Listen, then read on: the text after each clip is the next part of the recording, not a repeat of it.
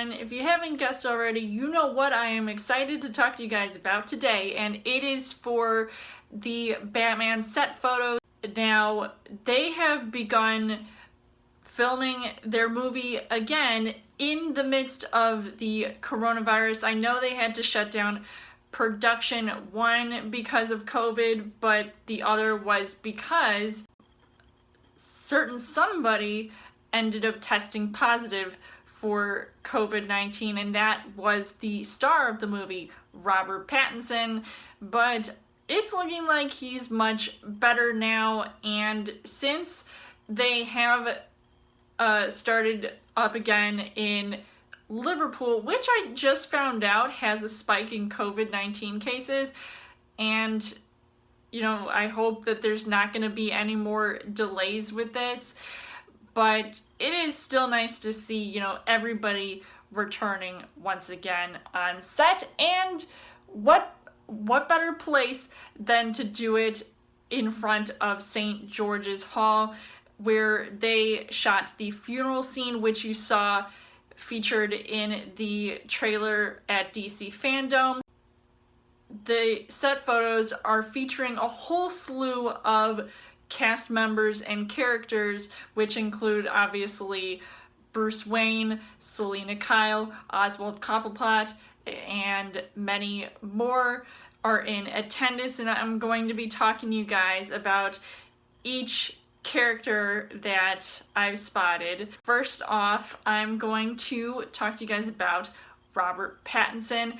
Now, I am really excited to see him take on the role of Batman, but to see him here as Bruce Wayne, I feel like I can't stop, you know, loving the look of his character, and this happens to be my favorite shot. I just think it is so Bruce Wayne because we get to see, you know, his playboyness out in the open. He's had that, you know, he's getting this exposure in the public and being in such a setting for a funeral that's not even his parents' funeral. So it's just crazy to see him here, but also the fact that he's able to pull off this scene. I feel like he looks good as Bruce Wayne should, and even though a lot of people might end up mentioning this if they haven't already, he totally looks like Tobey Maguire from Spider-Man 3, especially with that hairstyle. I mean, I'm not mad at it. I prefer the Bruce Wayne coiffed hairstyle, all slicked back, but this one, I think it actually might just work for this type of movie directed by Matt Reeves. And I feel like, appearances aside, I feel like it is in his actions that make more of an impact. Like another shot that we saw from the trailer was when he ends up saving a little boy from being hit by an oncoming car at the funeral. So even if you might not approve of his look, I personally like his outfit, so at least that's a plus. But then when he is Batman, this is going to be inspired by the Long Halloween comics, and he has this shaky relationship with the police, so cue Jim Gordon to help break up the scuffle with the GCPD, because they have a whole rogues gallery of villains to apprehend later on. To see, you know, what he can do as Bruce Wayne alongside these other characters, I mean, I wonder exactly how much he's going to interact with them in this scene. So, one of whom might end up being Zoe Kravitz, who plays Selina Kyle, aka Catwoman, and she's seen here sporting an all-leather look. Now, I am actually really excited to talk about her character because she just looks so posh and elegant, and yes, it does seem like something Selina Kyle would do, but it also gives her that edgy flair with leather, and what really catches my eye are her boots. Now, they are certainly made for walking, even if they are just down some stairs and being on the arm of John Turturro's character, Carmine Falcone. And the last time I saw Selina Kyle looking like the way Zoe Kravitz does was Anne Hathaway from The Dark Knight Rises, even though Anne Hathaway was sort of looking like Audrey Hepburn from Breakfast at Tiffany's, versus Selina Kyle here that, is a completely, 180 of that look. But she also happens to mirror Michelle Pfeiffer's character from Batman Returns with her cat claws for nails, and it just makes her look kind of elegant in a whole new way, and I think it makes her stand out quite a bit, especially with, not only the nails, but she's got her hat / fascinator, which looks like it has a Christmas wreath attached to it, and it has that kind of design, even though there is no indication of what time of year this movie is supposed to be set in, but it looks kind of cold, so it's probably like fall, early winter sort of look, so that would explain why they are being inspired by the Long Halloween storyline. Because this movie is potentially taking cues from that storyline from the comics where someone is killing off mob members, and one issue puts Catwoman on Valentine's Day, so I mean, yeah, she definitely has somebody to love in this comic book world, which would be Bruce Wayne Batman.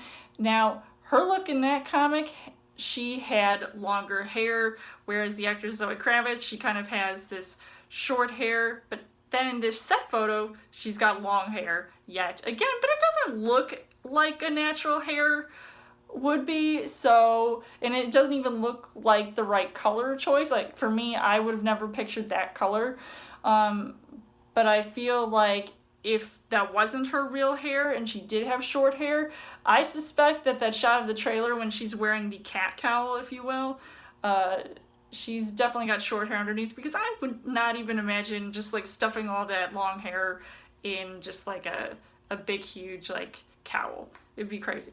And speaking of the mob, and going back to John Turturro as Carmine Falcone, which we already saw being played by Tom Wilkinson from Batman Begins, he is basically the godfather of the comics, and that seems to be one of the storylines that are being inspired right now, just right out the gate. And how perfect would it be to bring that movie back into the spotlight? And Disney is already doing it with the Lion King sequel, so Warner Brothers could attempt to do the same here.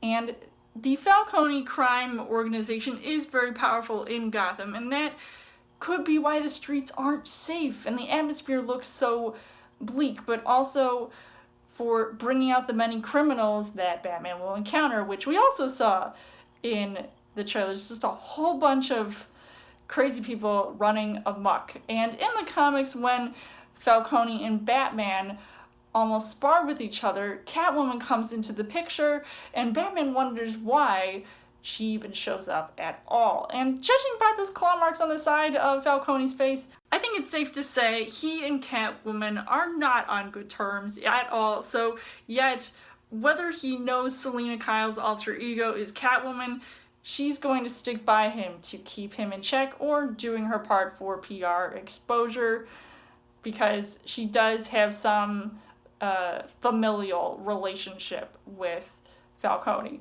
Now, I also did not mention this when reviewing the Batman trailer. Colin Farrell, who was completely unrecognizable as Oswald Cobblepot, aka the Penguin, is also going to be in this scene.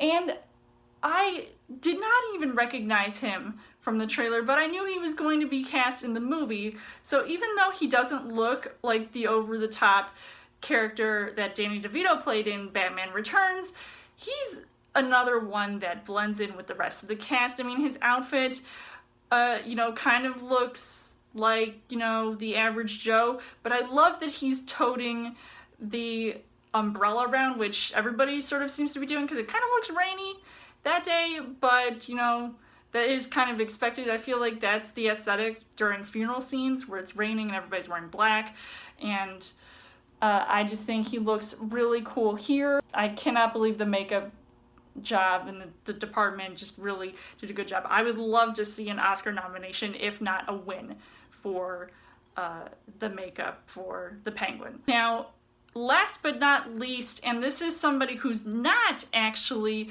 in any of the other set photos for the funeral scene, it is for Paul Dano, who has been cast as the Riddler, aka Edward Nashton.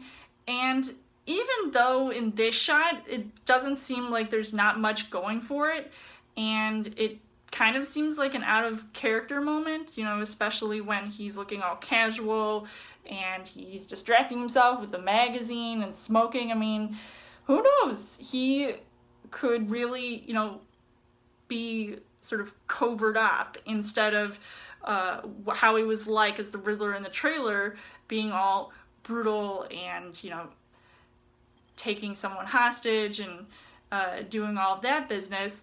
And once again, he is blending in with his surroundings, which seems to be a trend with a lot of the characters here, even if it's in their own special way.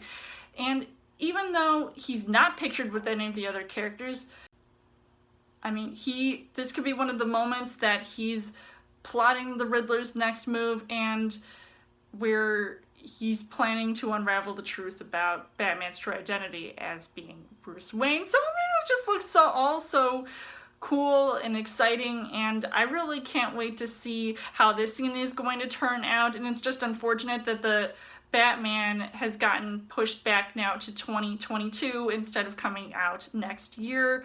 So we'll just have to wait even longer to see what Matt Reeves can pull off with this movie, but I'm just really looking forward to seeing all these characters coming back to the Batman universe, or even seen in their own reimagined way. So it'll all just be really nice when this movie comes out. So let me know in the comments what you guys think of the Batman set photos that were released. Which character do you think looks the best, and are you looking forward to seeing this movie come out in 2022? Hopefully there aren't any more delays going on with this movie and everything runs smoothly. So let me know. And as always, you guys can subscribe to my channel. I've got more movie reviews, movie updates coming every week for a Child Thursday video. You guys can also like me on Facebook and follow me on Twitter, and I'll see you guys later.